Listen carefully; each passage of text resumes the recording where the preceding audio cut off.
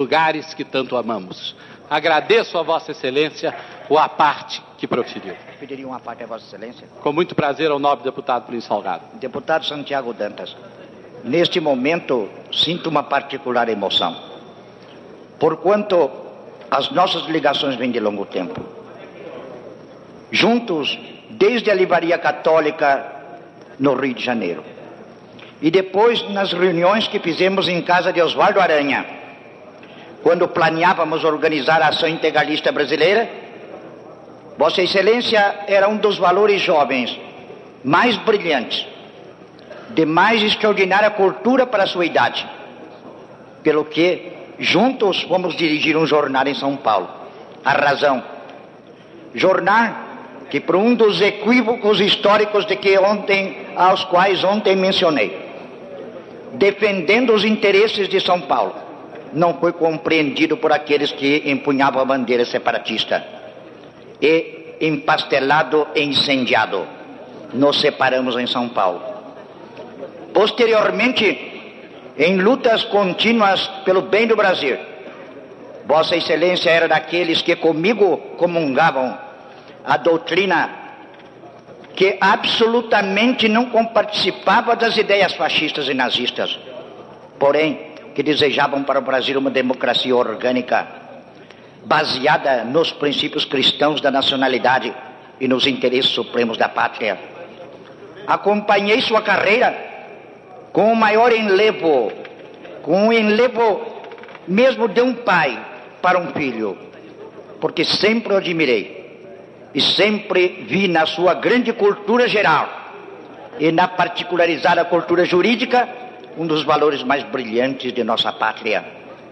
Neste momento em que Vossa Excelência vai desempenhar um alto papel em nome do Brasil na ONU, eu não posso deixar de me congratular com o gesto do governo escolhendo, independentemente de partidos, um autêntico valor desta Câmara e autêntico valor do Brasil.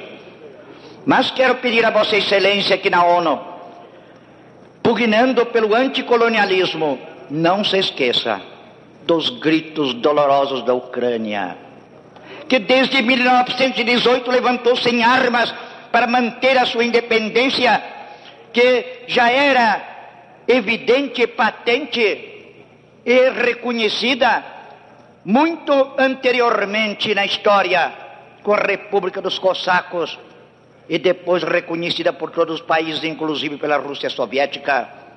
Esta nação tem estado em armas desde 1918. Esta nação tem gemido e lutado com guerrilhas em suas florestas, lutando por sua independência. E ainda agora mandou, e eu aqui li o seu manifesto à ONU, pedindo a interferência daquele órgão internacional para que a liberte, porque ela está escravizada num duro colonialismo, o pior dos colonialismos, mantido pelas armas contra uma nação.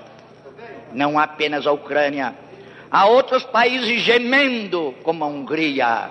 A Hungria que, tendo feito subir ao poder por uma coligação partidária dos democratas cristãos com os comunistas e elevado ao poder o presidente Nagy, foi depois derrubada para se implantar a ditadura de Janusz Kadar. Este homem que hoje representa um títere da Rússia, um governo Quisling, como se chamava no tempo da guerra os governos alemães implantados nas diversas nações. A Hungria geme, nós escutamos seus gemidos.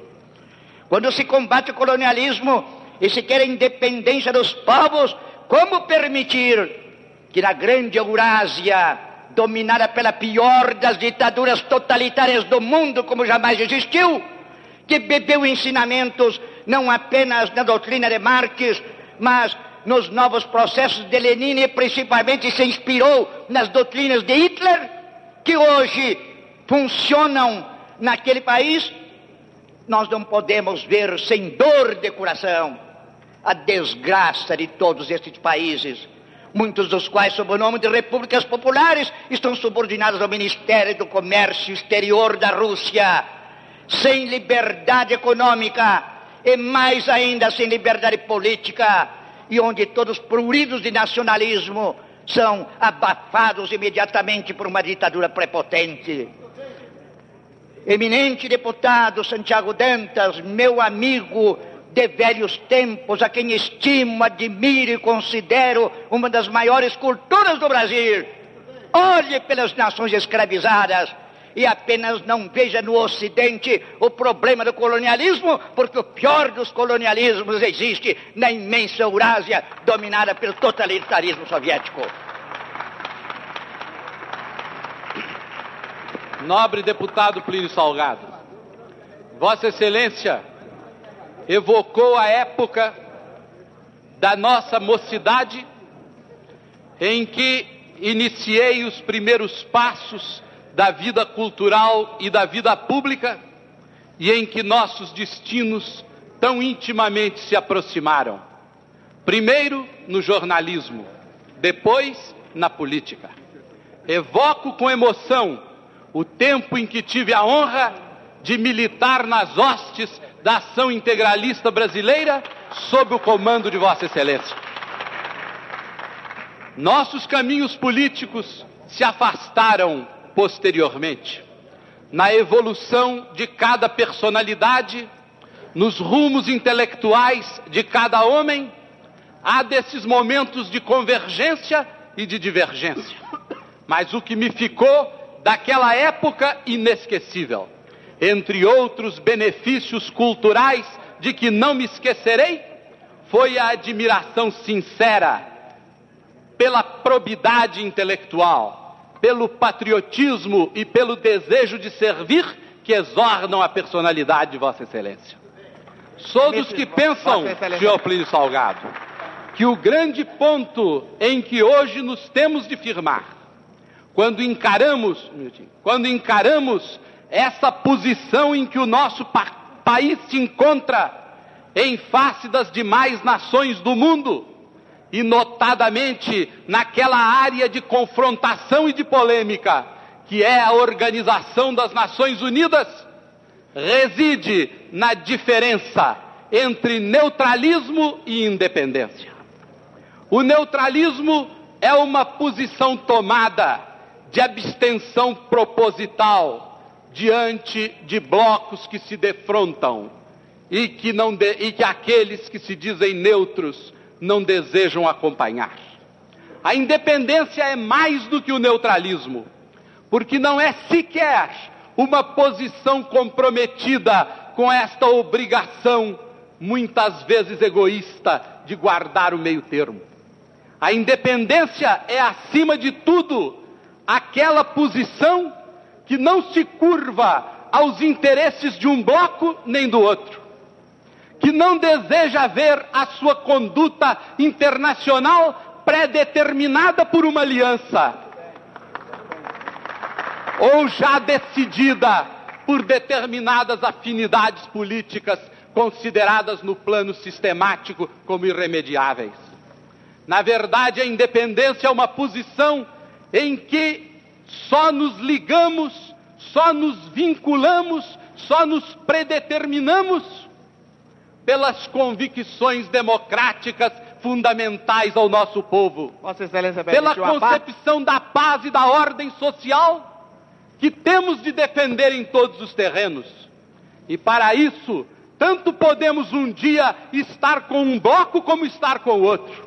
Tanto fiscalizaremos os abusos e as injustiças de um, como os abusos e as injustiças de outro. E veremos também nos neutros, muitas vezes, uma posição isenta, capaz de interpretar os interesses do grande número, mas algumas vezes também veremos algo que contém a solércia de uma estratégia política.